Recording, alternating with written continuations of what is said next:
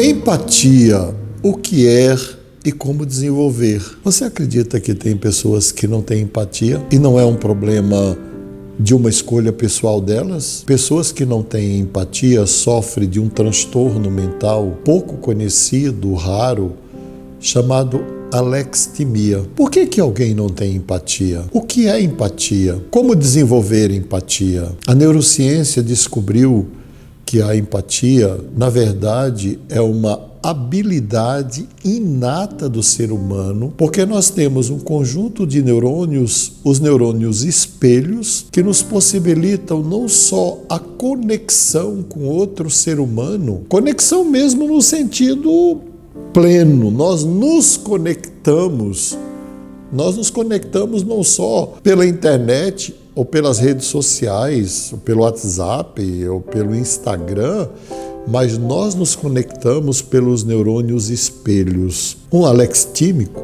uma pessoa que não tem empatia, não tem as habilidades dos neurônios espelhos desenvolvidas plenamente. Existe ali um certo embotamento. O que é empatia? Empatia é a capacidade de se conectar com o outro e a capacidade de não só escanear tudo aquilo que o outro está sentindo, mas reproduzir em si mesmo o sentimento do outro. Então, se eu tenho empatia e estou em interação com alguém, porque a empatia só ocorre no contexto da interação e a pessoa sente felicidade, eu sinto felicidade. Se ela sente alegria, eu sinto alegria.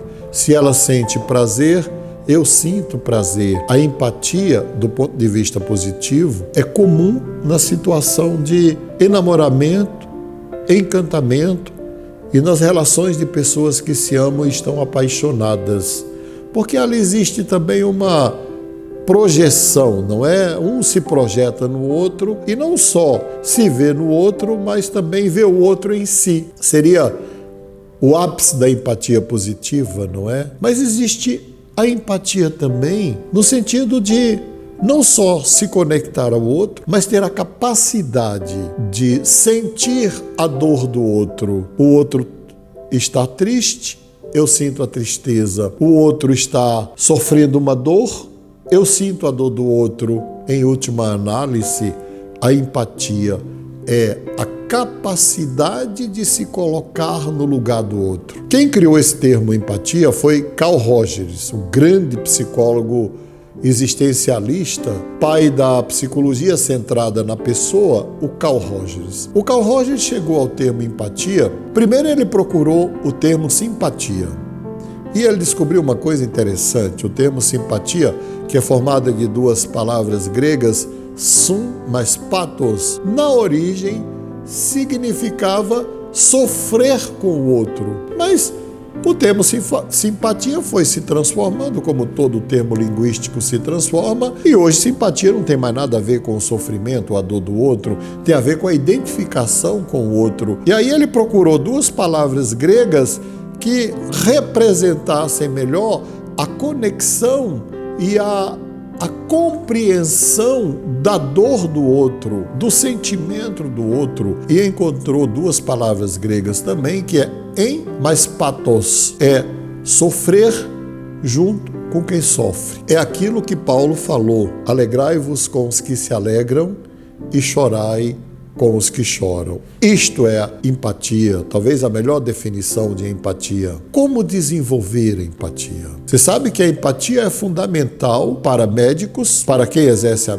medicina. A empatia é fundamental para enfermeiros, para quem desenvolve a enfermagem. A empatia é fundamental para psicólogos, terapeutas, mas a empatia é fundamental para líderes religiosos, líderes de equipes, líderes de empresa, para professores. Como é que alguém consegue dar aula sem se colocar no lugar do aluno e sem ser capaz de sentir a dificuldade que o aluno sente, ou sem ser capaz de escanear e compreender o potencial e a capacidade que o aluno tem? Mas a empatia é fundamental nas relações familiares. Como compreender o sentimento do filho? Como compreender o sentimento da esposa, da mulher, da companheira, como compreender o sentimento do marido, como compreender o sentimento de alguém. Pois bem, desenvolver empatia é um processo longo. Talvez um projeto de vida para quem não tem, mas é possível. Em primeiro lugar, é preciso se colocar no lugar do outro. Veja bem, não é só ouvir, é se colocar no lugar dele.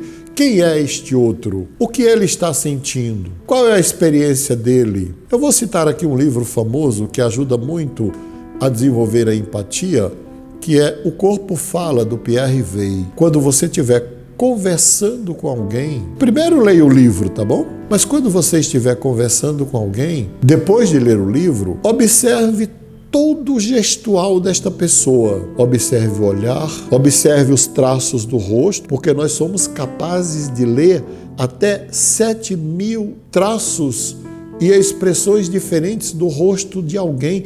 Nós aprendemos isso ainda bebês com as nossas mães. Observe a posição dos braços.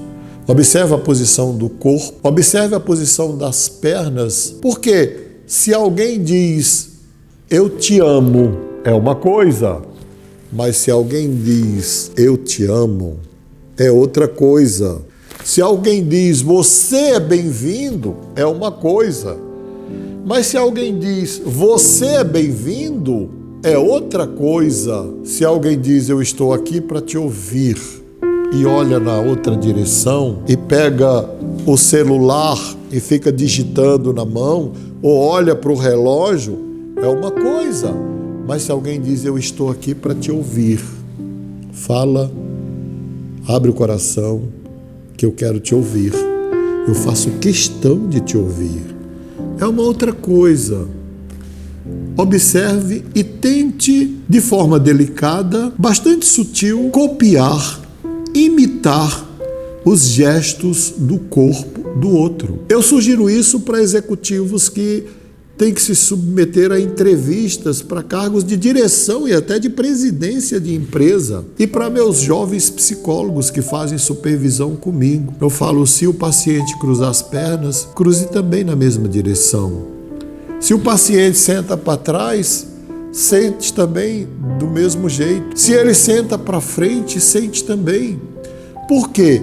Porque a comunicação não verbal, ela é muito mais pregnante, muito mais forte, muito mais poderosa do que a comunicação verbal. E as mulheres, elas são capazes de escrever, na minha geração, cartas inteiras com o corpo. E nesta geração, as mulheres são capazes de escrever mensagens com o corpo. Elas são capazes de escrever e-mails inteiros com o corpo. E elas são capazes de transmitir as mensagens de todos os emojis. Eu acho que é emojis que fala com as expressões do rosto. E você, homem, já parou para observar a sua mulher? Vou te dar uma dica. Quando uma mulher vai no cabeleireiro, que ela chega em casa, ela para na frente do homem e diz, o que você está vendo? Você viu alguma coisa diferente em mim?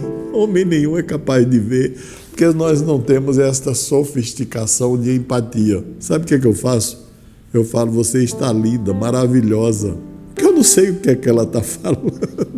Aí ela começa a rir e fala, você está me chavecando. Olha para mim. Aí eu vou olhar de novo e eu percebo que realmente ela fez alguma coisa diferente na sua aparência. Existem bons livros que tratam da empatia. Além do Corpo Fala, do Pierre Weil, eu sugiro a leitura do Manual de Persuasão do FBI, que fala de como estabelecer conexão.